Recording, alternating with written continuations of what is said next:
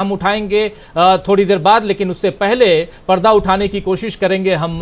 पिछली दफा 2018 में बम्पर सीट जो जीत के साथ में कांग्रेस सत्ता पर आई थी और रमन सिंह की विदाई हुई थी। 15 साल की सरकार रमन सिंह की थी, उसकी विदाई और बुरी तरह से रमन सिंह की और बीजेपी की हार हुई थी। मात्र 15 सीटों पर बीजेपी उस वक्त सिमट गई थी और 68 सीटें आई थी कांग्रेस पार्टी को 2018 में।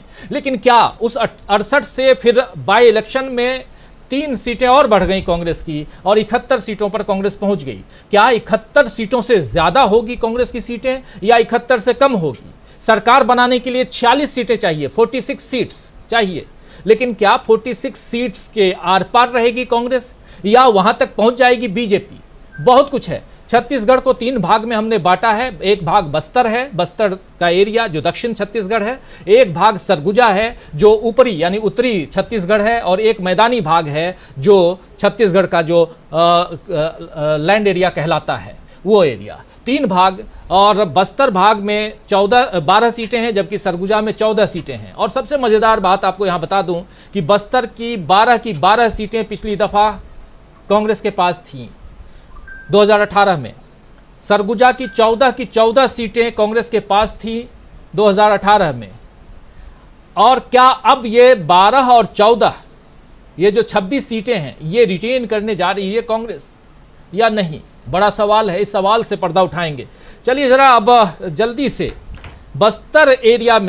बस्तर एरिया में विजय शुक्ला जी के पास पहले आ जाऊं। एक कमेंट आपसे ले लेता हूं, उसके बाद बस्तर का देखते हैं कि बस्तर की 12 सीटों में से किसको कितनी आ रही हैं। विजय जी, इस पूरे ओपिनियन पोल सर्वे के समय छत्तीसगढ़ में आपको क्या कुछ दिखाई दिया? राजीव जी, सबसे पहले तो जब छत्तीसगढ़ का सर्वे शुरू हुआ तो पहला सवाल तो यही था कि सरकार बचेगी या फिर नहीं बचेगी। लेकिन उन सब के दायरे में कई ऐसी चीज़ें आई जिसको लोग महसूस कर रहे हैं। जैसे हमारे सर्वे के दौरान अमित शाह का सहारा वाली स्कीम के लिए पैसा देने की बात करना, क्योंकि छत्तीसगढ़ ऐसा एरिया है जहां पर इसके लाभान्वित ज़्यादा लोग जुड़े पड़े हैं। कई ऐसे परिवार हैं जिनको इस स्कीम की ज़रूरत थी। बाकी जितनी सरकारी योजनाएं चल रही हैं, चाहे वो धान की खरीद को लेकर के है, बाकी चीज़ों को लेकर के है, इन सब को लेकर के जब हमने सरकार की योजनाओं, सरकार की अपनी पहल को जानने की कोशिश की तो भूपेश बघेल के खिलाफ कोई ऐसी आवाज़ तो नहीं दिखी, लेकिन उनके मंत्रियों के खिलाफ ज़रूर दिखी। जो ये मंत्रियों के खिलाफ एंटी इनकम्बेंसी का मामला है, यह भूपेश बघेल के लिए खतरा हो सकता है। बस्तर में जाने पर हमें कुछ चीज़ें बिल्कुल अलग दिखी। जब आप सवाल जवाब करते हैं धान की खरीद फरोख्त की, तो बस्तर इससे महरूम है। तो जब बस्तर में इसका असर नहीं है तो बस्तर के लोगों का रिएक्शन बिल्कुल अलग था। तो हमने कोशिश की कि हर तरीके के रिएक्शंस को लें, क्योंकि जितना दूर तक हमने जाने की कोशिश की, गांव में जाहिर सी बात है कि भले अमित शाह जी चाउर वाला चोर कहें और रमन जी चाउर वाले बाबा के रूप में फेमस थे, लेकिन आज भूपेश बघेल ने गांव देहात में एक उम्मीद ज़रूर जगाई है। तो उस उम्मीद का भी रिएक्शन हमारे सर्वे में दिखता है। लेकिन जैसा मैंने बोला कि कुछ विधायकों के प्रति, कुछ मंत्रियों के प्रति जो सीधे एंटी इनकम्बेंसी का माहौल बना है, क्योंकि उनकी जायदाद में बढ़ोतरी सवाल खड़ा कर रही है कि आखिर बिना भ्रष्टाचार के, बिना किसी चीज़ के ऐसे विधायक बढ़े कैसे जी। तो ये सब आने वाले समय में हमारे सर्वे में दिखेंगे आंकड़ों में। जो ये दिख रहा है कि बम्पर जीत हो सकती है, वो उन आंकड़ों में आपको दिखेगा कि बम्पर जीत ना होने के पीछे क्या कारण है।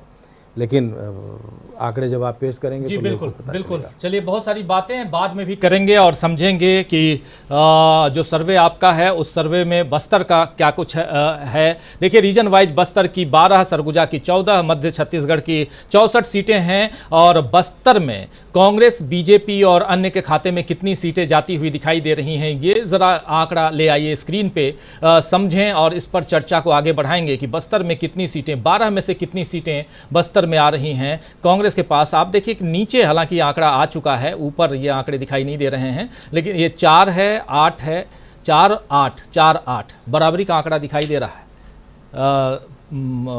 विजय जी, कांग्रेस को 4 से 8 सीटें बस्तर में और बीजेपी को भी 4 से 8 सीटें।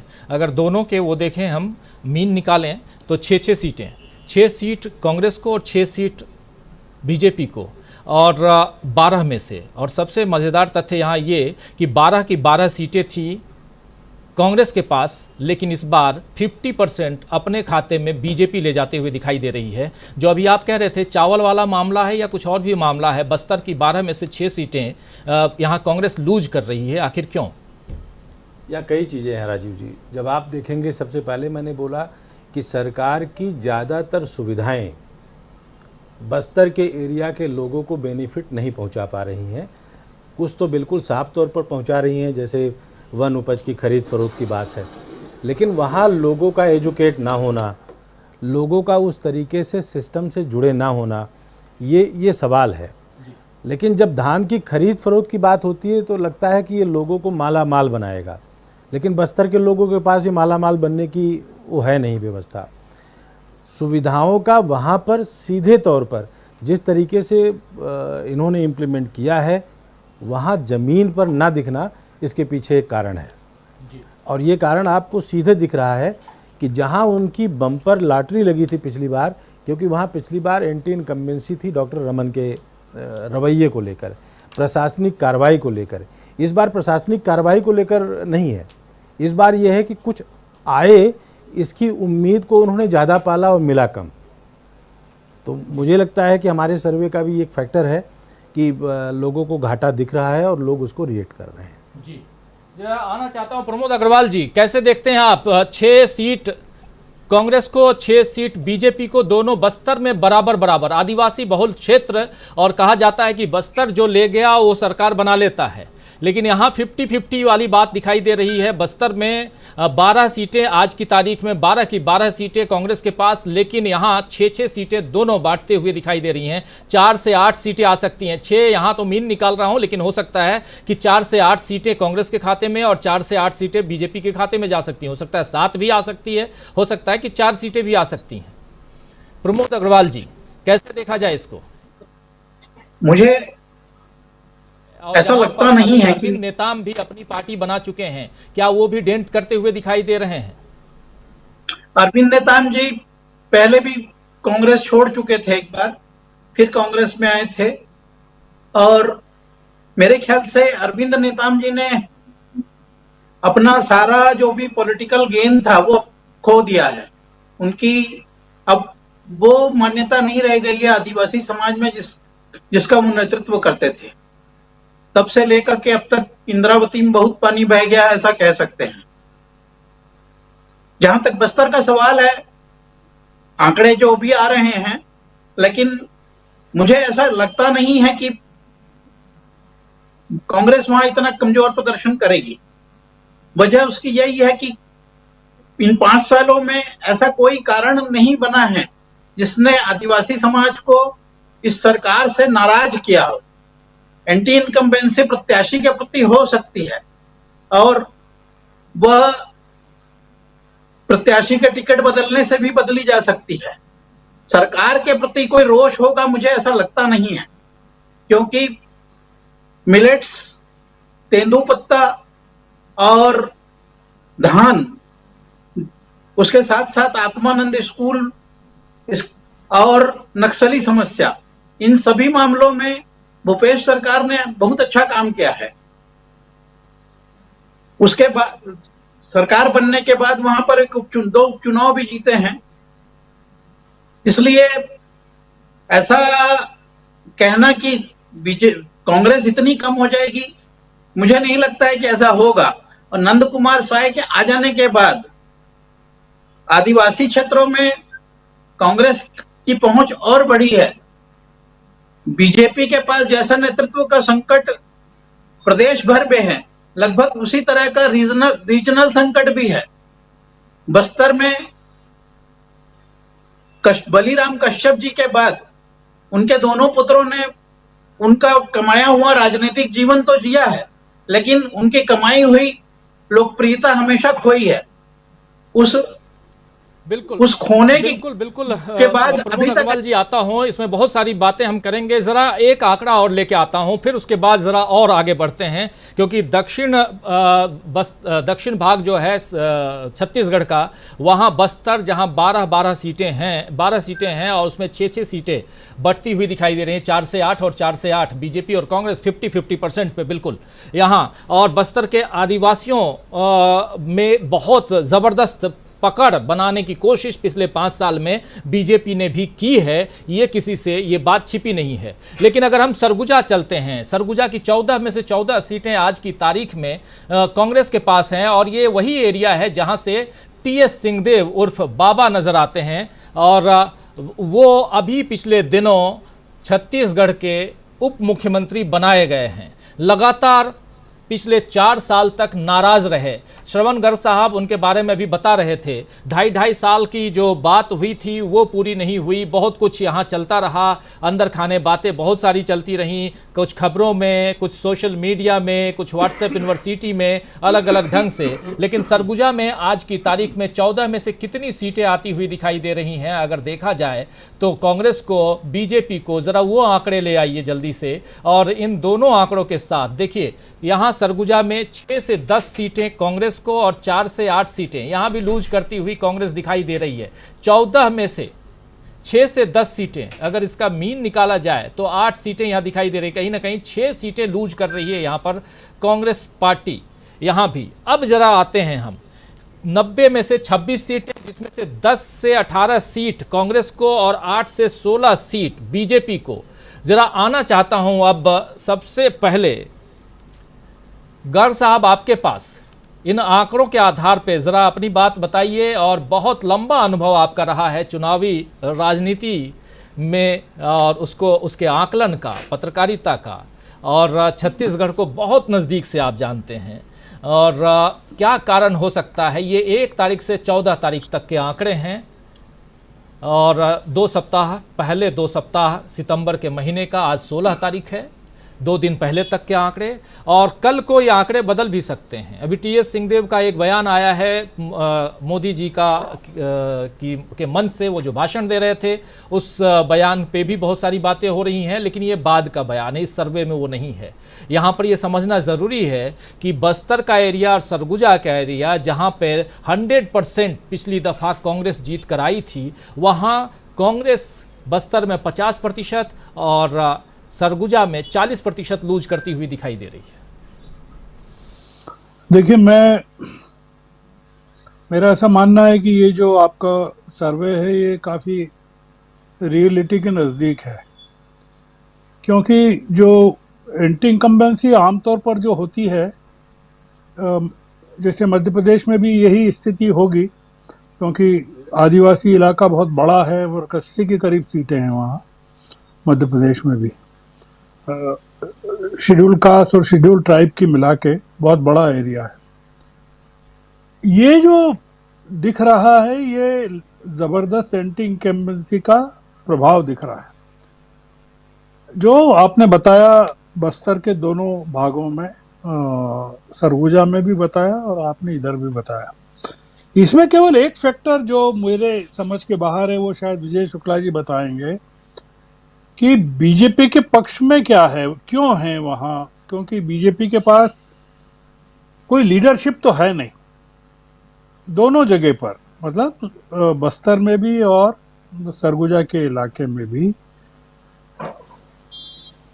वैसे तो टोटलिटी में नहीं है, पूरे छत्तीसगढ़ में नहीं है, पर जितनी कांग्रेस के प्रति सहानुभूति रही है छत्तीसगढ़ के इलाके में अतीत में भी, और जब वो यूनाइटेड मध्य प्रदेश था तब भी बहुत बड़ा इलाका था, तब तो आदिवासी इलाका, तब भी जो इस तरह की एंटी इनकम्बेंसी जो बता रहे हैं विजय शुक्ला जी कि कोई लाभ नहीं मिला, जो मेजर रीज़न वो बता रहे हैं, उस पर यकीन करने का क्या कारण होना चाहिए कि बीजेपी के पक्ष में उन इलाकों। देखिए, मेरा इसमें एक मानना है, वो थोड़ा सा गलत भी हो सकता है, मैं चूंकि बिलोंग नहीं करता हूँ छत्तीसगढ़ को, पर विजिट करता रहता। उन्होंने दो चीजें जो कही, मैं अभी गया था रायपुर, जो एंटी इनकम्बेंसी है मिनिस्टरों के खिलाफ भी है जबरदस्त और एमएलएस के खिलाफ भी है। ये हो सकता है कि अभी टिकट घोषित नहीं हुए हैं और छत्तीसगढ़ में काफी नंबर्स में टिकट्स बदले जाएं, नए लोगों को दिए जाए। आपने अगर देखा हो कि बीजेपी ने जो अभी अनाउंस किए हैं वो सारे नए लोगों को दिए हैं उन्होंने टिकट, पुराने बहुत कम दिए। मतलब एक तो हमने बात भी की थी, एक तो उन्होंने भूपेश बघेल के खिलाफ उनके भतीजे को ही खड़ा कर दिया है जो कि सांसद हैं, विजय बघेल को। तो बीजेपी कैंडिडेट्स के चुनाव में बहुत सावधानी से काम कर रही। मेरा एक मानना है, जो ये शायद बता सकते हैं विजय जी, कि ये 4-8 का और 4-4 का मामला मैं नहीं मानता हूं, या 4-8 का नहीं मानता हूं, या 6-10 का नहीं मानता हूं। मेरा ऐसा मानना है कि अगर ये पूरा का पूरा मामला अगर बढ़ा, मेरी आवाज आ रही है कि नहीं आपको राजीव जी? हेलो, बिल्कुल आ रही है, बिल्कुल आ रही है, प्लीज बोलिए। मेरा ऐसा मानना है कि एन ब्लॉक पूरा आदिवासी इलाका या तो बीजेपी के पक्ष में जाएगा या कांग्रेस के पक्ष में जाएगा। आदिवासी इलाकों में इस तरह का डिवीजन नहीं होता है जिस तरह का अर्बन एरियाज में आपको देखने को मिलता है या सेमी अर्बन इलाकों में देखने को मिलता है।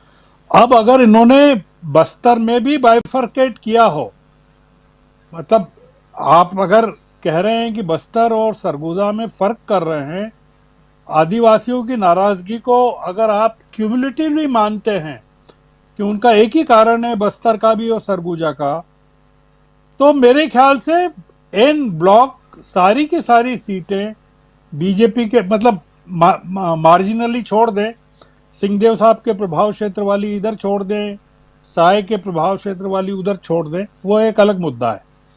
एन ब्लॉक फिर तो बीजेपी के पक्ष में जाना चाहिए।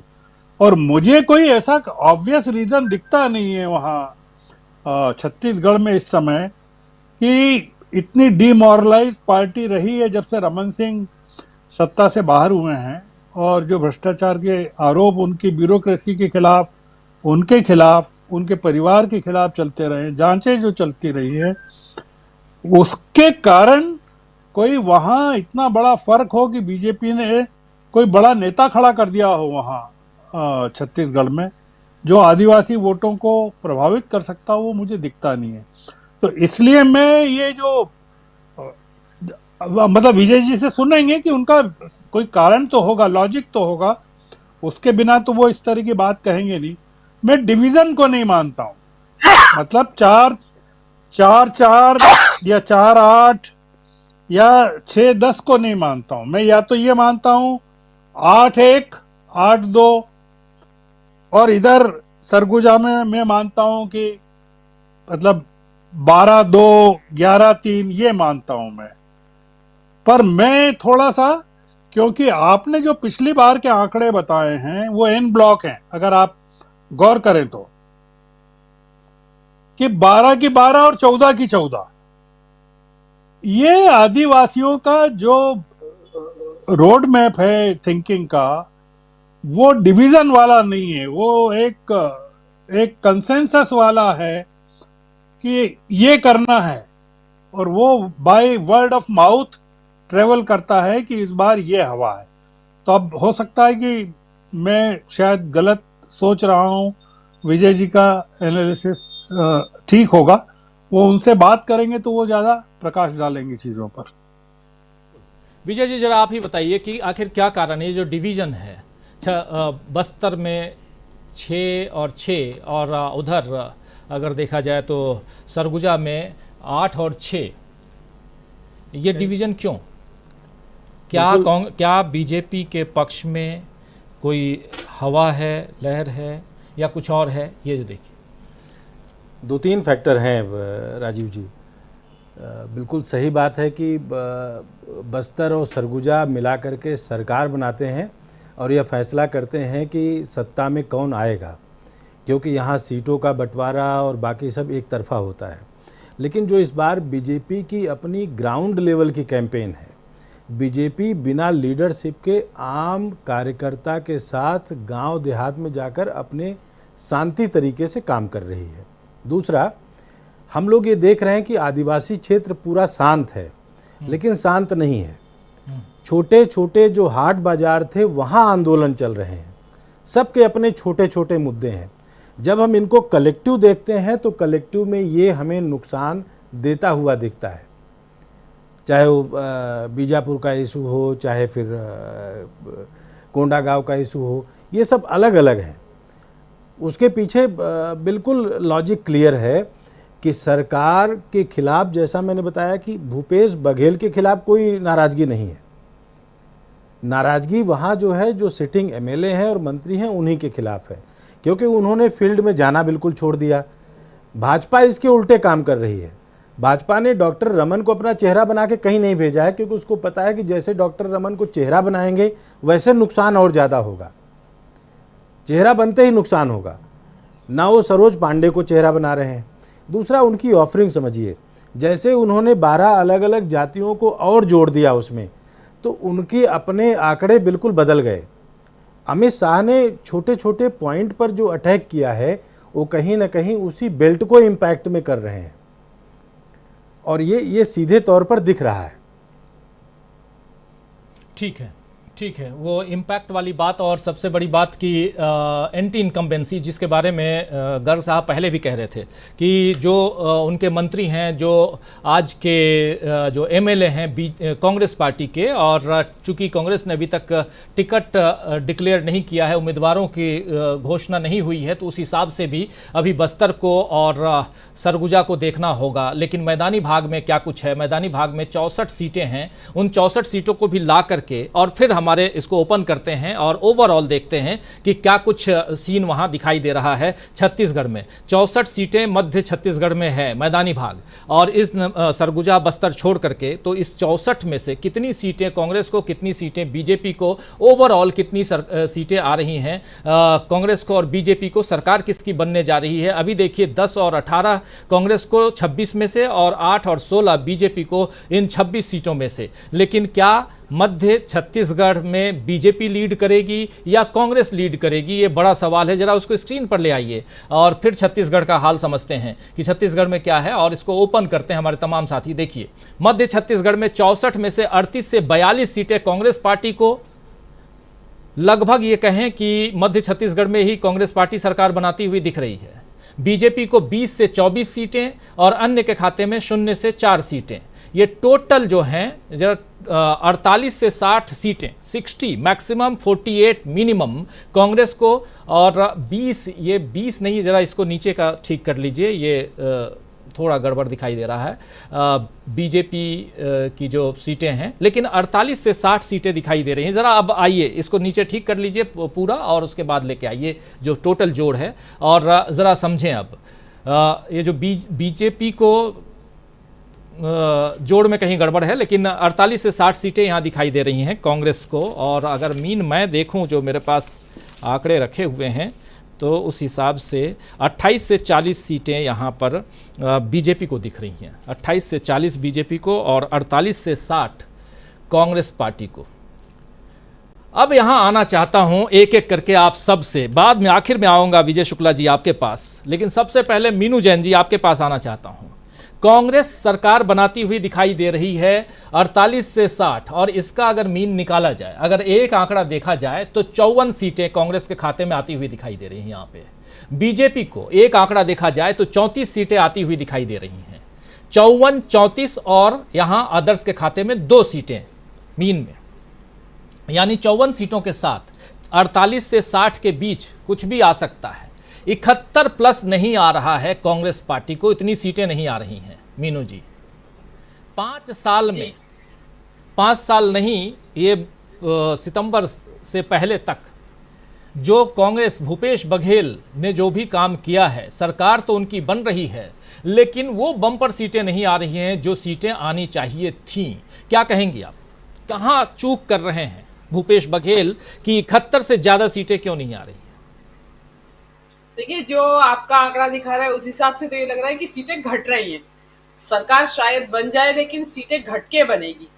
इसमें जो दिखा रहे हैं कि सरगुजा और ये जो बस्तर का इलाका बताया, तो जो मेरी समझ है उस हिसाब से वो रूरल एरिया है, और मध्य छत्तीसगढ़ जहां मेजर चंक है, ज्यादा सीटों की संख्या है, मेरे हिसाब से वो सेमी अर्बन या अर्बन इलाका है, और रूरल उसमें मेरे ख्याल से कम है। तो ये एक सरप्राइजिंग फैक्टर है कि जिस इलाके में सरगुजा और बस्तर के, जो कि ग्रामीण इलाका था, और कांग्रेस का ऑल ओवर इंडिया ग्रामीण इलाके कांग्रेस के लिए मुफीद माने जाते हैं कि कांग्रेस की वहां अच्छी पैठ रहती है। तो ये एक सरप्राइजिंग फैक्टर है कि इतनी सारी कल्याणकारी योजनाओं के बावजूद, जो कि सभी ऑलमोस्ट सभी पैनलिस्ट ने भी बताया है, काफी कुछ आदिवासी और किसान कल्याण की योजनाओं के बावजूद वहां पे इतना ज्यादा मतलब ये सीटों का उलटफेर हो जाना जो आप बता रहे हैं, तो इस हिसाब से तो काफी घट रही हैं सीटें, मेजर वहीं से ब्लो लगेगा। और शहरी इलाका जो कि बीजेपी का गढ़ होना चाहिए था, और वहां जहां सीटें बीजेपी की बढ़ रही हैं हालांकि इसमें भी, लेकिन उस हिसाब से नहीं बढ़ रही है जिस हिसाब से वहां कांग्रेस की घट रही है सरगुजा और बस्तर में।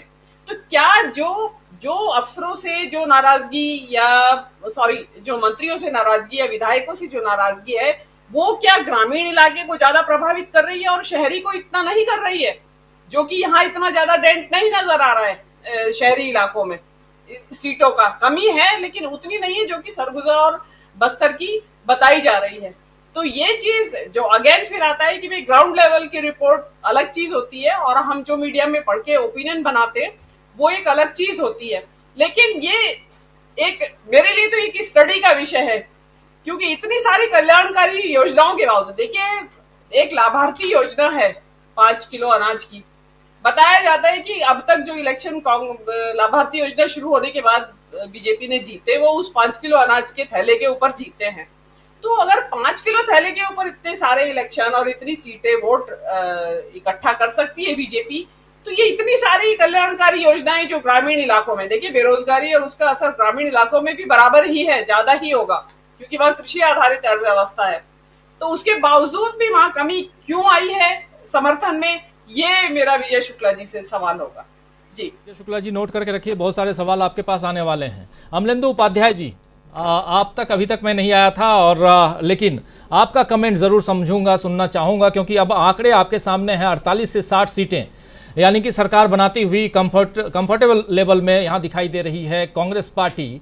लेकिन यहाँ मीनू जी जो सवाल उठा रही हैं कि कल्याणकारी योजनाएं, लोक कल्याणकारी योजनाएं भूपेश बघेल की, क्या वो काम नहीं कर रही हैं? भूपेश बघेल क्या 71 सीटों के साथ सत्ता सुख भोगने में इतने मशगूल हैं कि उनको इसको आगे बढ़ाने की जगह उनकी सीटें कम हो रही हैं? क्या दिक्कत यहाँ हो सकती हैं? ग्राउंड लेवल पे घूम करके आए हैं विजय शुक्ला जी, ये बेहतर बताएंगे आगे भी। और लेकिन इतना ज़रूर मीनू जी बता दूं कि ये जो मैदानी भाग है इसमें भी दोनों है, अर्बन रूरल दोनों है, और ठीक ठाक सरगुजा का पार्ट और बस्तर का पार्ट ये बिल्कुल एक अलग मोड का पार्ट है, अलग मूड का पार्ट भी कह सकते हैं।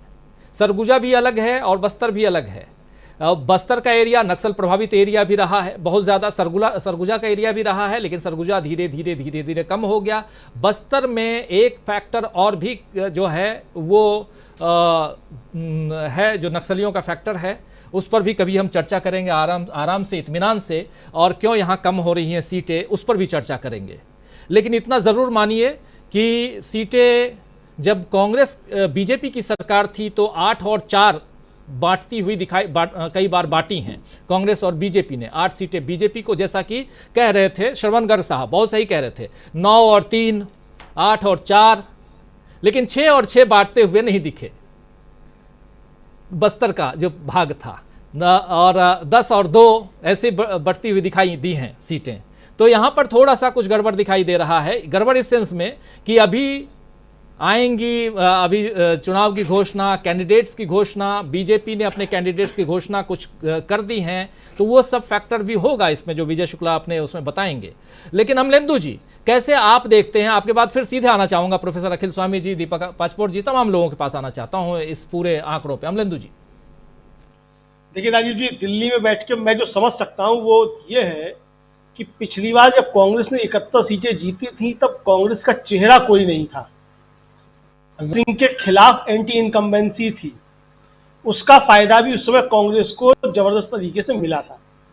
आज एंटी इनकम्बेंसी भले ही भूपेश बघेल के खिलाफ नहीं हो, लेकिन चेहरा भूपेश बघेल घोषित तौर पे है, तो इसलिए हो सकता है कि कुछ ऊपर नीचे मामला हो रहा हो। एक कारण तो ये हो सकता है विजय शुक्ला जी के आंकड़ों में, जो मुझको लगता है जो हो सकता है एक कारण।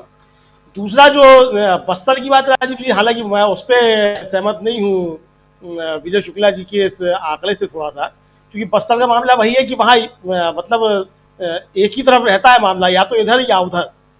और जो इस समय वहाँ मंत्री है कवासी लखमा, जिनके खिलाफ मैं समझता हूँ कि शायद उनका इशारा होगा विजय शुक्ला जी का कि एंटी इनकम्बेंसी बहुत ज़्यादा है, तो कवासी लखमा तो जो थे वो तब भी जीत के आए थे जब सब हार गए थे कांग्रेस के वहाँ बस्तर में। तो अगर कवासी लखमा के खिलाफ अब जाकर के एंटी इनकम्बेंसी हो रही है, तो ये भी सोचने वाली चीज हो गई कि कवासी लखमा के खिलाफ एंटी इनकम्बेंसी हो क्यों रही है। तो ये एक बड़ा कारण है। बाकी जो है वो छोटे मोटे कारण हो सकते हैं कि वहाँ आदिवासियों का अलग अलग तरीके से आंदोलन चल रहे हो, लेकिन आदिवासी अगर जो है वो सिर्फ छोटे आंदोलनों की वजह से अगर भारतीय जनता पार्टी की तरफ डिवाइड हो रहा है, और उसमें अगर द्रौपदी मुर्मू कोई कारण नहीं है जो राष्ट्रपति बनाई गई हैं, तो फिर अगर ऐसा डिवाइड हो रहा है तो मुझे लगता है फिर ये कारण नहीं है, फिर कुछ कारण कुछ और होंगे कि या तो द्रौपदी मुर्मू की वजह से आदिवासी जो है एन ब्लॉक शिफ्ट हो रहा होता, जो कि नहीं होता हुआ दिख रहा है। तो यहाँ कुछ ना कुछ जो है मामला जो कुछ इधर उधर हो सकता है। बाकी अब जो मंत्रियों के खिलाफ एंटी इनकम्बेंसी है वो हो सकता है मंत्रियों के खिलाफ हो, जो विधायक है उनके खिलाफ हो, तो जाहिर सी बात है कि अभी टिकट का वितरण नहीं हुआ है और टिकटों की घोषणा हुई भी नहीं है। तो ये जो अभी जो मुझे लगता है कि जो आंकड़े आए हैं इसकी जो लोग आई होगी वो उन विधायकों को होते हुए भी आई होगी कि अभी जो मौजूदा विधायक अगर वही लड़ता है तो क्या स्थिति होगी, और यही अगर कुछ टिकट बदल जाते हैं तब स्थिति क्या होगी। मुझे लगता है तो आने वाले समय में कुछ चीजें बदल सकती हैं। जी जी, स्वामी जी क्या कहेंगे इस पे?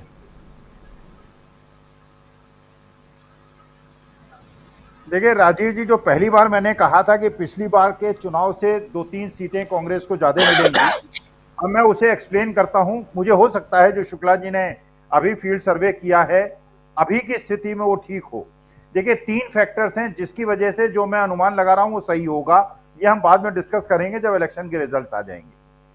पहली स्थिति यह है कि हमेशा अपोजिशन की ऑर्गेनाइजेशनल फोर्सेस, फाइनेंशियल रिसोर्सेज एक दूसरे के खिलाफ लड़ते थे। अब मुझे लगता है कि स्ट्रेटेजिक अलायंस, अगर आम आदमी पार्टी वहां चुनाव लड़ती है भी तो भी वो ये जानती है कि विधानसभा के ये जो 5 चुनाव हैं इनका प्रभाव लोकसभा में बहुत ज्यादा होगा और अंत में इनको लोकसभा में आपस में मिलकर लड़ना है। तो आम आदमी पार्टी जो कैंडिडेट्स खड़ा करेगी वो इस लक्ष्य और उपलक्ष्य में खड़ा करेगी कि उसको कांग्रेस के वोट नहीं काटने हैं, बीजेपी के वोट काटने हैं। और जहां 3-4 ऐसी जगह होंगी जहां आम आदमी पार्टी के कैंडिडेट जीतने वाले होंगे वहां कांग्रेस वीक कैंडिडेट्स खड़ा करेगी, नंबर 1। नंबर 2, जिस चीज की शुरुआत अभी नहीं हुई है, जो भोपाल से फर्स्ट वीक ऑफ अक्टूबर में शुरुआत होगी। आप ये सोचिए, जब देश के सभी प्रमुख नेता, चाहे वो दक्षिण के हों, उत्तर के हों, दलित हों, बैकवर्ड हों, किसी भी जाति के हों, कहीं के भी हों, जो बीजेपी के पास हमेशा एक स्ट्रांग पॉइंट था, क्योंकि देश में आधी स्टेट्स में कांग्रेस स्ट्रांग थी और आधी स्टेट में क्षेत्रीय दल स्ट्रांग थे। इंडिया गठबंधन बनने के बाद अब जो ये मीटिंग्स होंगी जो भोपाल से शुरू होंगी, वो कभी वो पटना में होंगी, कभी वो मुंबई में होंगी, हो सकता है रायपुर में भी हों। इन मीटिंग से जो मैसेजिंग होगी, और दूसरा देखिए दिल्ली के आम आदमी पार्टी के चुनाव को मैंने प्रचार को बड़ी नजदीक से देखा है, नोट किया है। जिस प्रकार से भारतीय जनता पार्टी का वर्कर, फील्ड वर्कर कमिटेड है, उसी प्रकार से आम आदमी पार्टी के बच्चों को, युवाओं को मैंने बड़े बड़े प्लेकर्ड्स लेके पुलों के ऊपर खड़े हुए देखा है। कमिटेड उनका सपोर्ट बेस है, कमिटेड उनके वर्कर्स हैं। तो एक तो जो एनर्जाइज हुआ है, और अभी राहुल गांधी की जो पदयात्रा नॉर्थ में चलेगी, छत्तीसगढ़ नहीं जाएगी, इधर जाएगी, लेकिन एक और दूसरा जो छत्तीसगढ़ के अंदर लोग पहुंचेंगे वो कांग्रेस के सारे देश के लोग पहुंचेंगे, क्योंकि वो जानते हैं इनका बहुत महत्वपूर्ण स्थान है। और बीजेपी की तरफ से जो नेता वहां पहुंचेंगे वो केवल अमित शाह और नरेंद्र मोदी पहुंचेंगे, उसमें राजनाथ सिंह या नितिन गडकरी या उस टाइप के लोग नहीं होंगे। तो मुझे लगता है शुक्ला जी ने जो अभी कहा है हो सकता है सच हो, लेकिन अगले 2.5-3 महीने में जिस प्रकार से परिवर्तन होगा। और दूसरी एक और चीज, लास्ट चीज कहता हूं, देखिए, बीजेपी का जो वोटर होता है वो होता है वोकल वोटर, कांग्रेस का जो वोटर होता है वो होता है साइलेंट वोटर। और बीजेपी और एक और बीजेपी के रणनीति, खैर आपसे बेहतर कौन जानता होगा, मैं तो केवल सुनी सुनाई बात कर रहा हूं। ऑर्गेनाइज्ड होता है, जहां पे भी इस प्रकार के पोल होते हैं वहां उनके लोग ऑर्गेनाइज्ड वे में वहां भेजे जाते हैं और वो चुनाव को प्रभावित करते हैं। तो साइलेंट वोटर्स, वोकल वोटर्स और जो परिवर्तन होने वाला है उसके आधार पे मुझे लगता है कांग्रेस को 72-73 सीटें मिलेंगी। शुक्ला जी से जब चुनाव के रिजल्ट्स आएंगे फिर डिस्कस करेंगे। बिल्कुल बिल्कुल बिल्कुल, अभी तो बहुत सारी चीजें बदलेंगी। जरा दीपक पाचपोर जी, कैसे देखते हैं आप इसको? जल्दी जल्दी फिर राजस्थान की ओर बढ़ेंगे, आप सबके एक एक कमेंट। देखिए, पहले तो जो बस्तर और सरगुजा की बात करूं तो इसमें जो शुक्ला जी ने फिगर दी है वो वास्तविकता के काफी नजदीक जो है। का कोई मुद्दे नहीं है या कोई सरकार के खिलाफ नाराजगी, विधायकों के खिलाफ नाराजगी, ये बात नहीं है। 3 ऐसे फैक्टर्स हैं जिसके कारण इनकी सीटें जो है वो कांग्रेस की कम होने जा रही हैं। पहला तो जो है, जो अरविंद नेताम ने जो नई पार्टी बनाई है उसका नाम है हमर राज पार्टी, और उन्होंने बाकायदे ऐलान किया है कि वो 50 जगहों पे अपने उम्मीदवार खड़े करने जा रहे हैं। छत्तीसगढ़ में 29 सीटें में तो 29 सीटों पर तो सीधे सीधे जो है वो आरक्षित हैं और वहां पर इनका आदिवासियों की ही बहुलता है। 20 सीटें ऐसी हैं राजीव जी जहां पर 20 से 1000 आदिवासी हैं। तो अरविंद नेताम ने जैसे पेशा कानून ठीक से लागू नहीं हुआ और दूसरे फॉरेस्ट राइट्स एक्ट ठीक से लागू नहीं हुआ छत्तीसगढ़ में, इससे नाराज होकर करीब 5-6 महीने पहले उन्होंने इस्तीफा दे दिया था और वो अपनी अलग पार्टी। दूसरा जो है, आप पार्टी, आम आदमी पार्टी भी जो है बहुत गंभीरता से चुनाव लड़ रही है। उन्होंने भी ऐलान किया है कि सभी 90 सीटों पर वो जो है अपने उम्मीदवार खड़े करेंगे। यहाँ पर भगवंत मान और दूसरे अरविंद केजरीवाल ये 2-2, 3-3 दौरे बाकायदे कर चुके हैं, बड़ी रैलियां कर चुके हैं और बाकायदे आश्वासन दिया गया है यहाँ की यूनिट को, आम आदमी पार्टी की यूनिट को, आप पूरा जोर लगा के आप चुनाव लड़िए, आपको संसाधनों की कमी नहीं होने दी जाएगी। ये 2 फैक्टर। और तीसरा जो है, टीएस सिंहदेव जी का जो रुख है वो क्या होगा, इसके ऊपर बहुत कुछ निर्भर होने जा रहा है। आप याद कीजिए, अभी 4-5 दिन पहले मोदी जी यहाँ पे आए थे। मोदी जी के साथ जब वो रायगढ़ में जब वो स्टेज जो शेयर कर रहे थे, सिंहदेव जी ने उनकी तारीफ की मोदी जी की और उन्होंने ये कहा कि मोदी जी को कभी भेदभाव करते हुए नहीं देखा। वो जब भी आए हैं छत्तीसगढ़ को उन्होंने कुछ न कुछ दिया ही है। ये उन्होंने स्टेज पर बोला है और ये डॉक्यूमेंटेड उनका वर्जन है।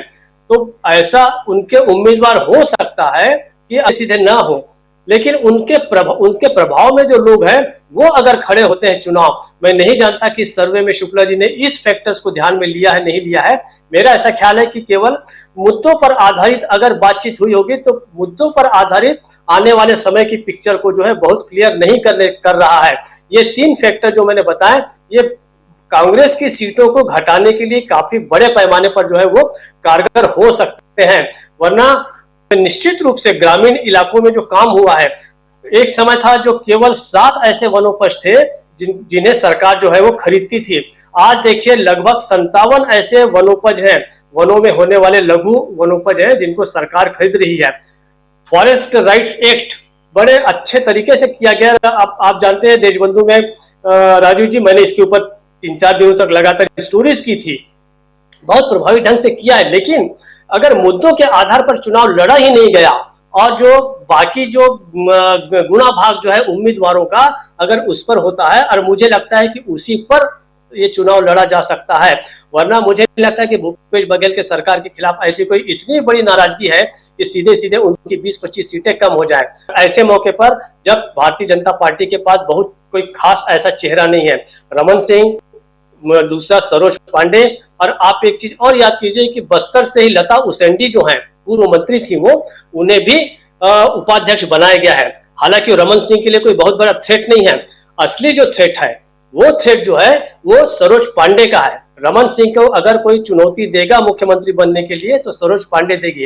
अंतिम बात कि बस्तर में कुछ ही दिनों पहले दीपक बैज जो वहां के कांग्रेस के लोकसभा के प्रतिनिधि हैं, उनको छत्तीसगढ़ कांग्रेस का अध्यक्ष बनाया। मोहन मरकाम वो भी आदिवासी थे, उनको हटाकर दीपक बैज को बनाया गया।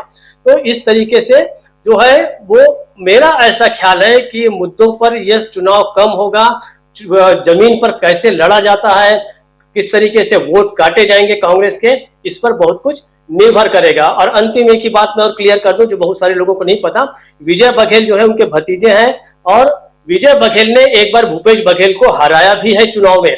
कुल 3 बार इसके पहले आमने सामने वो लड़ चुके हैं, ये चौथा मौका है। 2 बार भूपेश बघेल जीते हैं, एक बार विजय बघेल भी जीत चुके हैं, उन्होंने उसी पाटन से ही इनको हराया है भूपेश बघेल को। तो वो कोई नए प्रत्याशी नहीं है और कोई जबरदस्ती खड़े किए गए भी नहीं है। दुर्ग जिले के बीजेपी के वो अध्यक्ष भी हैं। राजीव जी, बिल्कुल बिल्कुल बिल्कुल, आमने सामने की लड़ाई चाचा भतीजा की आज से नहीं, पिछले 20 सालों से हम लोग देख रहे हैं छत्तीसगढ़ में, पाटन से, और वहीं के रहने वाले हैं। बिल्कुल छत्तीसगढ़ में की राजधानी रायपुर से 20 किलोमीटर 25 किलोमीटर की दूरी है, ज़्यादा दूर नहीं है। लेकिन ये चाचा भतीजा आपस में लड़ते रहते हैं, लेकिन 3 बार चाचा जीत चुके हैं, 1 बार भतीजा जीते हैं, तो ये चलता रहता है। और सबसे बड़ी बात यहाँ कि क्या भूपेश बघेल बस्तर और सरगुजा साइड जो भी डेंट दिखाई दे रहा है, कहीं ना कहीं उसमें टीएस सिंहदेव का रोल दिखाई दे रहा है, क्योंकि टीएस सिंहदेव की नाराज़गी और वहाँ के कार्यकर्ताओं में नाराज़गी ये साफ है। दूसरी तरफ बस्तर में क्या कारण है कि ये 6-6 का बंटवारा हो रहा है, ये एक बड़ा सवाल। आएंगे विजय जी के पास में, लेकिन आना चाहता हूं एक बार पहले इधर शकील अख्तर जी के पास और फिर गर्ग साहब के पास आता हूं, फिर आऊंगा विजय जी आपके पास। शकील अख्तर जी, क्या देखते हैं, कैसे देखते हैं आप? जल्दी हम लोग जी। राजीव जी, सबसे पहले तो आपको और विजय जी को दोनों को हम बधाई देना चाहेंगे। बहुत ही रियलिस्टिक सर्वे है ये आपका, बिल्कुल यथार्थ के नज़दीक। आज की तारीख में जो आपने बताया कि सितंबर के 1 तारीख से लेकर 14 तारीख तक 2 हफ्तों के बीच में स्थिति कमोबेश यही है, और इसके बड़े ठोस कारण हैं। कारण क्या है? देखिए, हम बताते हैं आपको कि हम लोग बात करते हैं कि जनता के लिए इतनी स्कीमें बनाई, जनता के लिए ये किया, ये खूब अखबारों में प्रचार हुआ, और ये भूपेश बघेल की काफ़ी हद तक सफलता है कि वो अखबारों में और टीवी में भी अपना प्रचार कराने में सक्षम रहे। लेकिन सबसे बड़ा सवाल हमेशा ये होता है कि क्या जनता तक वो लाभ वैसे के वैसे पहुँचे ही जैसा वो अखबार में पढ़ रही है, या जैसा वो टीवी में देख रही है? देखिए, हम आपको एक उदाहरण बताते हैं जी। मनरेगा एक बहुत बड़ी योजना थी और उसने वाकई लोगों तक बहुत फ़ायदा पहुंचाया है। हम साथ में थे, रायबरेली की बात है। यूपी अध्यक्ष थी सोनिया गांधी, कांग्रेस अध्यक्ष भी थी, वो रायबरेली के दौरे पे गई थी, अक्सर जाती रहती थी, बहुत घूमती थी वो अपने इलाके में। तो उन्हें वहाँ ले जाके अफसरों ने एक तालाब दिखाया बहुत बड़ा कि देखिए साहब, मनरेगा हम कितना काम कर रहे हैं और ये तालाब हमने बना दिया। सोनिया गांधी ने एक चक्कर काटा, पूछा मिट्टी कहाँ गई इसकी?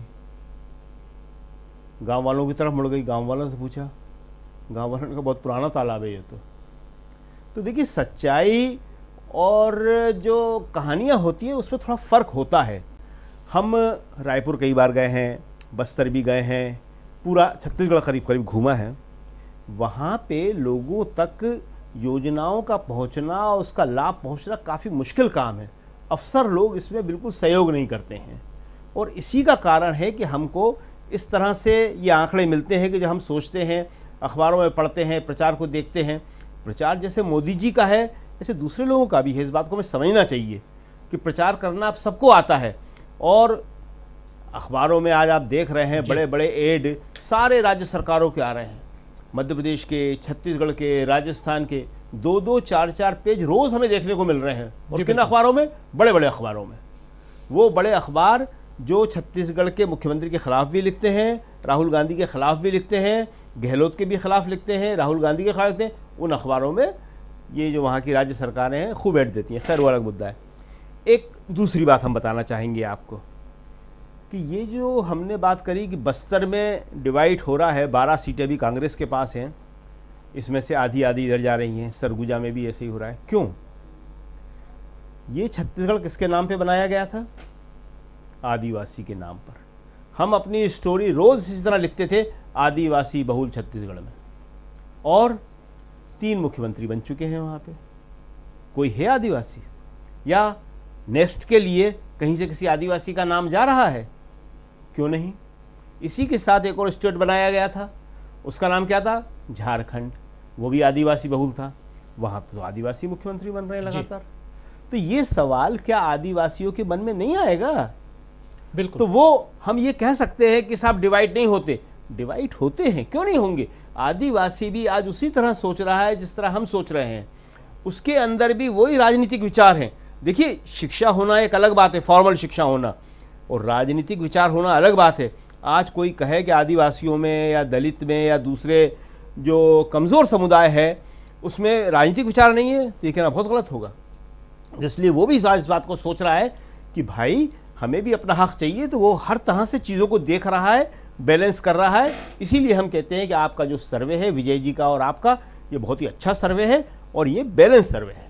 जी जी, आना चाहता हूं गर्ग साहब आपके पास, जरा आपसे समझूं क्या कुछ आप देख रहे हैं। 48 से 60 सीटें, 28 से 40 सीटें गर्ग साहब, और इन 48 से 60 और मैक्सिमम 60 और मिनिमम 48 सीटें कांग्रेस को सरकार बना रही है आराम से। कांग्रेस पार्टी 46 चाहिए, 48 मिनिमम गिरी से गिरी हालत में, 60 मैक्सिमम। लेकिन बीजेपी भी यहाँ गेन करती हुई, और सरगुजा बस्तर में चूंकि वो गेन कर रही है तो बाकी जगह, और 28 से मिनिमम जो 15 सीटें थी वो बढ़कर 28 सीटें हो रही हैं। 28 से 40 सीटें आती हुई बीजेपी को 34 सीटें ऐसे देखा जाए तो, मीन निकाला जाए तो, और कांग्रेस को 54 सीटें दिखाई दे रही हैं, 2 सीट अन्य के खाते में। आपका टेक इस पे जरा समझना चाहता हूं कि कैसे आप देखते हैं। और ये बार बार मैं कह रहा हूं कि ये 2 सप्ताह का 1 तारीख से 14 तारीख के बीच किया गया सर्वे है। अभी कांग्रेस की तरफ से कोई भी कैंडिडेट नहीं है। जो कैंडिडेट आज की तारीख में है उस कैंडिडेट के ऊपर ही ये सर्वे किया गया है, और बीजेपी ने कुछ नए कैंडिडेट्स को यहाँ ला करके रखा है उस पे भी। और 2-3 फैक्टर और भी हैं जिस पर इशारा कर रहे थे दीपक पाचपोर जी, जिसमें आम आदमी पार्टी बहुत मजबूती के साथ 90 के 90 सीटों पे चुनाव लड़ने के लिए, और कुछ एरिया में बहुत मजबूती के साथ वो काम कर रहे हैं। कितने वोट लेके आएंगे ये पता नहीं, लेकिन काम कर रहे हैं वो। जी गर्ग साहब।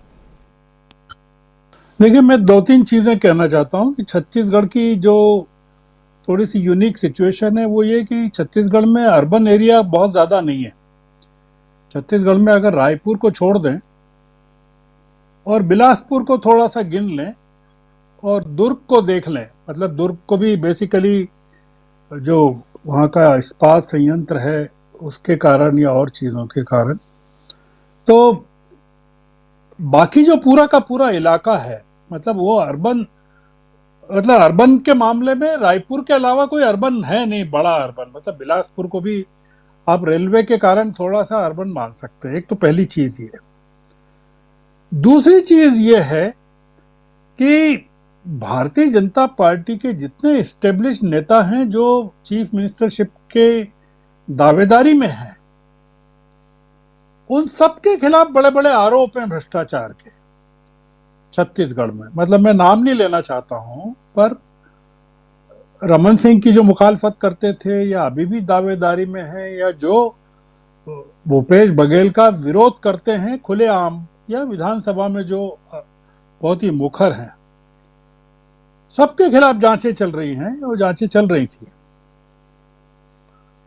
जो हो रहा है, जो मुझे लगता है वो ये लगता है कि ये जो विजय जी का जो सर्वे है ये काफी रियलिटी के नजदीक है, जो मैं मानता हूं ऐसा। वो क्यों रियलिटी के नजदीक है वो थोड़ा सा ये बताना चाहता हूं। रियलिटी के नजदीक इसलिए है कि मध्य प्रदेश, छत्तीसगढ़ और राजस्थान तीनों जगह अभी जो फाइट है वो नेक एंड नेक है।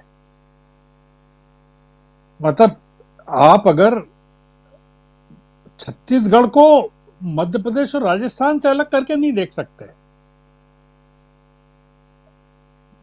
और ये नहीं कह सकते कि जो छत्तीसगढ़ में हो रहा है वो मध्य प्रदेश में नहीं हो रहा, जो मध्य प्रदेश में हो रहा है राजस्थान में नहीं हो रहा।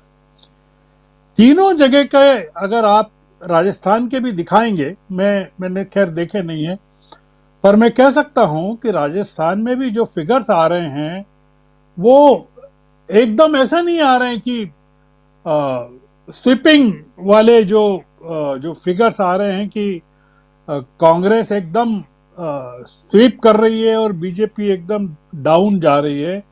वो चीज नहीं है, वहां भी नहीं है। राजस्थान में भी, वहां भी जो सिचुएशन है वो अभी पक रही है। राजस्थान में भी काफी चीजें फर्क आएंगी वहां भी। जो फर्क करेगा जो आने वाले दिनों में, वो फर्क ये करेगा कि सीटें बढ़ेंगी कांग्रेस की, पर अब उसके लिए जो कारण है वो थोड़े से अलग हैं। जैसे भोपाल की जो इंडिया अलायंस की रैली है वो स्थगित हो गई है, वो अब नहीं हो रही है, अक्टूबर के फर्स्ट वीक में नहीं हो रही है, और वो कब हो रही है ये भी पता नहीं है। अब आप देखिए कि वो क्यों नहीं हो रही है, जो बेसिक रीजंस हैं वो क्यों नहीं हो रही है। अगर कभी आप उस पर चर्चा करेंगे तो एक अलग मुद्दा है कि आम आदमी पार्टी, समाजवादी पार्टी वो इंडिया अलायंस में है, और दोनों के दोनों मध्य प्रदेश और छत्तीसगढ़ में कैंडिडेट्स खड़े कर रहे हैं और राजस्थान में भी कर रहे हैं। अब आप उनसे कह रहे हैं कि आप भोपाल में आइए और एक मंच पर बैठिए और कहिए कि हम एक के खिलाफ एक कैंडिडेट खड़ा करेंगे। देखिए बहुत सारी चीजें हैं, मतलब ये अपन इस जगह उसको तय नहीं करना चाहते हैं, डिस्कस भी नहीं करना चाहते। आने वाले जो समय है वो बहुत क्रूशियल है, वो छत्तीसगढ़ के लिए भी क्रूशियल है, मध्य प्रदेश के लिए भी और राजस्थान के लिए भी है। और जो इमीडिएट रिएक्शन आई है शिवराज सिंह की, अगर आपने देखी हो, जो भोपाल रैली के स्थगित होने पर जो आई है वो बहुत ही अटैकिंग है, वो उन्होंने कई तरह की बातें कही है। अभी जो मध्य प्रदेश में बीजेपी जो काम कर रही है वो ये काम कर रही है कि कांग्रेस वोट कैसे अधिक से अधिक काटे जाए, तो उसमें आम आदमी भी खड़ी हो रही है, उसमें समाजवादी पार्टी भी खड़ी हो रही है, उसमें जो आरएसएस से टूटकर आए हुए लोग हैं जो अलग एक संगठन बना के प्रचारक जो है, पूर्व प्रचारक, वो भी खड़े हो रहे हैं। ये तमाम चीजें वहां जन्म ले रही हैं, और छत्तीसगढ़ में भी मुझे लगता है कि कोई नए किस्म के समीकरण बन सकते हैं। तो ये जो मध्य प्रदेश, छत्तीसगढ़, राजस्थान के इलेक्शंस हैं वो इंडिया अलायंस लड़ रहा है कि कांग्रेस बीजेपी से लड़ रही है, ये मैं अभी एकदम बहुत दावे के साथ नहीं कह सकता। आप चाहे तो कह सकते हैं। अभी जो पूरा तय होना है, जो मुझे लगता है वो ये होना है कि कांग्रेस को अपनी पूरी ताकत कैंडिडेट्स पर लगानी होगी, और वो छत्तीसगढ़ में भी बहुत क्रूशियल कार्य है और मध्य प्रदेश में भी बहुत क्रूशियल कार्य है, क्योंकि पूरा मामला कैंडिडेट्स पर निर्भर करेगा। जो एंटी इनकम्बेंसी है कांग्रेस के कैंडिडेट्स पर के खिलाफ, जो वो एमपीज के खिलाफ भी है छत्तीसगढ़ में और एमएलएस के खिलाफ भी है। तो आप अगर एमएलएस को चेंज कर रहे हैं तो आपको छत्तीसगढ़ में जो एमपीज के कैंडिडेट्स हैं उसके बारे में भी आपको नए सिरे से, हालांकि वहां 2 ही लोग जीते हैं पिछली बार, वहां कोई बहुत बड़ा खेल नहीं है। तो मैं इसको ये मानता हूं कि ये सर्वे जो है विजय जी का बहुत नजदीक है रियलिटी के, और पर इसमें केवल एक ही चीज देख सकते हैं कि कांग्रेस अपनी इस सर्वे की पोजीशन को बरकरार रखने के लिए क्या कर सकती है और इसको आगे बढ़ाने के लिए क्या कर सकती है। कहीं ऐसा तो नहीं है कि आप जो आज प्रेडिक्ट कर रहे हैं 54 सीटें एवरेज की, वो और नीचे खसक जाए, क्योंकि अब जो पूरा का पूरा फाइट है वो neck and neck Madhya Pradesh में भी है और राजस्थान में भी है। तो मैं अभी तो इतना ही कहना चाहता हूँ राजस्थान के बारे में। जी बिल्कुल बिल्कुल। अब जल्दी से राजस्थान के बारे में हम आएंगे, और राजस्थान को हमने 7 भाग में बांटा था, लेकिन अब चूंकि समय भी खत्म हो रहा है, जल्दी से उस पर चर्चा भी करेंगे। तो 7 भाग में नहीं बल्कि पूरा एक साथ हम लेके आएंगे राजस्थान के आंकड़े। लेकिन छत्तीसगढ़ पे बहुत सारे सवाल आपके सामने रखे हुए थे विजय जी, जरा उन सवालों के जवाब, और खासकर जो बस्तर का एरिया, सरगुजा का एरिया, उस पर चर्चा हम कर भी चुके। ओवरऑल क्या कुछ आपको दिखाई दिया कि कांग्रेस पार्टी की सीटें 71 से, या कहें तो 2018 के हिसाब से 68 सीटों से घट के 54 सीटों पे आ रही हैं, या कहीं ना कहीं यहाँ हम देखें तो 14 सीटें कांग्रेस की कम हो रही हैं?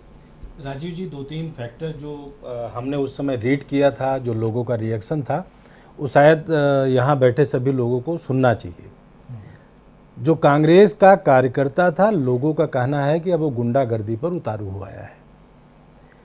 तो जो बूथ लेवल पर सबसे बड़ी एक अलग बात थी, जो एंटी इनकम्बेंसी की हम बात कर रहे हैं, वो कांग्रेस के कार्यकर्ताओं के गुंडागर्दी की बात थी। दूसरी तरफ जो बीजेपी का कार्यकर्ता है, उसको कहना है कि हमारे सामने अब कोई भी नया चेहरा आ सकता है, क्योंकि जो पुराने मठाधीश थे वो ख़त्म हो चुके हैं। तो उनके अंदर एक उम्मीद थी कि नई लीडरशिप अब बनेगी, और टिकट देते वक्त भी बीजेपी ने उसी को बिल्कुल फॉलो किया है। तो एक तरफ यह है कि लोग जो उम्मीद कांग्रेस से लगा रहे थे जिम्मेदारी की, वहाँ गुंडागर्दी और उत्पीड़न हुई, और ये संख्या बस्तर और सरगुजा में ज़्यादा है अगर बाकी क्षेत्रों की आप देखेंगे। दूसरा, जैसा मीनू जी का सवाल था कि आखिर बाकी क्षेत्र में मध्य छत्तीसगढ़ में ऐसा क्यों हुआ, तो जवाब एक ही है कि धान का जो बोरी वाला फ़ायदा है वो ज़्यादा इसी क्षेत्र में मिलना है। ये वही क्षेत्र है जहाँ पर सब कुछ है, फैक्ट्रियाँ भी हैं, काम भी है, और बाकी डेवलपमेंट के एजेंडे भी हैं।